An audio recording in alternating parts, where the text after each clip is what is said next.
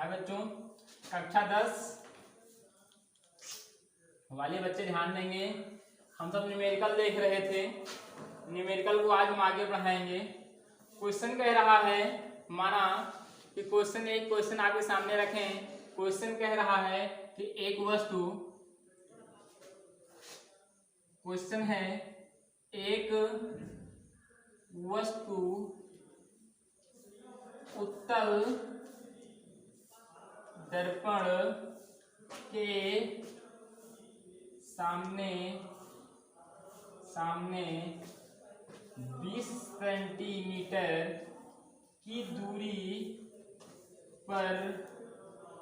पर रखी है। कहने का तात्पर्य है, क्या कह रहा है? कह रहा है कि एक वस्तु उत्तल दर्पण के सामने 20 सेंटीमीटर की दूरी पर रखी है तथा वस्तु दर्पण की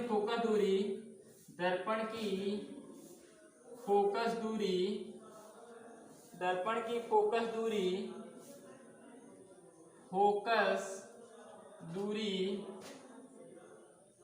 10 सेंटीमीटर हो। यह दर्पण की फोकस दूरी 10 सेंटीमीटर हो तो वस्तु, क्या कह सकते हैं, तो दर्पण से प्रतिबिंब की दूरी क्या है? दर्पण से प्रतिबिंब की दूरी ज्ञात कीजिए। प्रतिबिंब की दूरी ज्ञात कीजिए। क्या ज्ञात करना हमको? प्रतिबिंब की दूरी ज्ञात करनी है। अब प्रतिबिंब की दूरी ज्ञात करने के लिए हम लोग क्या करेंगे? आसान सा सूत्र लगाएंगे कि फोकस दूरी दर्पण के लिए 1/f = 1/v + 1/u। इस सूत्र को रखेंगे। अब हमें देखेंगे कि किस राशि का मान हमें दे रहा है। तो कह रहा है एक उत्तल दर्पण। तो उत्तल दर्पण जो होता है, इसमें सिर्फ u का मान ऋणात्मक लिखा जाएगा और सभी मान धनात्मक होंगे। इसलिए उत्तल दर्पण के लिए u बराबर मान कितना हो जाएगा? 20 सेंटीमीटर और v बराबर प्रतिबिंब की दूरी हमें ज्ञात करनी है। f बराबर हमें दे रहा है फोकस दूरी कितनी है? 10 सेंटीमीटर। तो अवतल दर्पण में u ऋणात्मक होगा, v और f का मान क्या होगा? धनात्मक होगा। ये इतना मान दिया है, इन्हीं सबको यहाँ पुट कर देंगे। तो 1/f के स्थान पे कितना करेंगे? 10 बराबर करेंगे v को जैसे का तैसा लिखेंगे, प्लस मान से 1/, कितना हो जाएगा? 20 हो जाएगा। अब क्या करेंगे? ये प्लस से इधर जाएगा, माइनस से इधर जाएगा, क्या बन जाएगा? प्लस बन जाएगा। और जैसे यह प्लस बनेगा तुरंत क्या होने वाला है? 1/v = 1/10 + 1/20। 3 मल्टीप्लाई करेंगे तो बनने वाला है 20, 10, 20 × 200। अब 1/v को उतार लेंगे, बराबर करेंगे 20, 10, 30 कितना हो जाएगा? 200।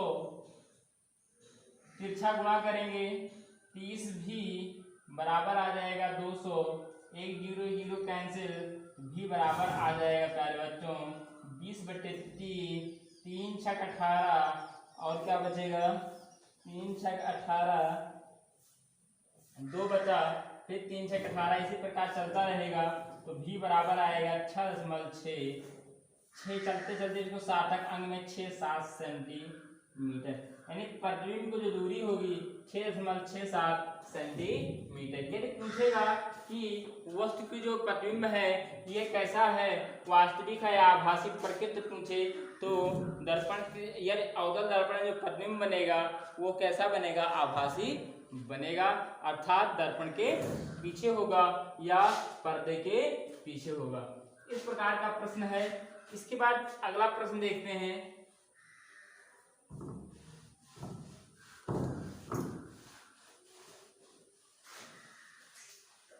अगला प्रश्न कह रहा है एक अवतल दर्पण जिसकी फोकस दूरी 25 सेंटीमीटर है, एक अवतल दर्पण जिसकी फोकस दूरी 25 सेंटीमीटर है। क्वेश्चन को ध्यान दीजिएगा, एक अवतल दर्पण जिसकी फोकस दूरी 25 सेंटीमीटर है, फोकस दूरी कितना दे रहा है 25 सेंटीमीटर। कौन दर्पण है, अवतल दर्पण। अवतल दर्पण का मान क्या होगा, u v f तीनों क्या होंगे, ऋणात्मक होंगे। यानी यार हम इसको देख लें, अवतल और उत्तल। अवतल में u का मान ऋणात्मक, v का मान ऋणात्मक, f का मान ऋणात्मक। उत्तल में v का मान ऋणात्मक, u का मान धनात्मक और f का मान धनात्मक। यानी अवतल दर्पण में तीनों ऋणात्मक होंगे, उत्तल दर्पण में u का मान ऋणात्मक होगा और v का मान धनात्मक होगा, f का मान क्या होगा, धनात्मक होगा। यह प्रोसेस हर समय न्यूमेरिकल लगाए समय आपको याद होने चाहिए। यदि आप इस स्टेप को कहीं भूलते हो तो ये मान लेना कि आप न्यूमेरिकल अनायास को लगा रहे हो, उसका कोई भी आंसर सिद्ध होने वाला नहीं है। अब देखते हैं इसके आगे। फोकस दूरी 25 सेंटीमीटर है और दर्पण के सामने प्रतिबिंब 30 सेंटीमीटर दूर बनता है। 30 सेंटीमीटर दूर बनता है तो वस्तु की दूरी क्या करना है, ज्ञात करना है। अच्छा क्वेश्चन है, इसमें वस्तु की दूरी ज्ञात करनी है।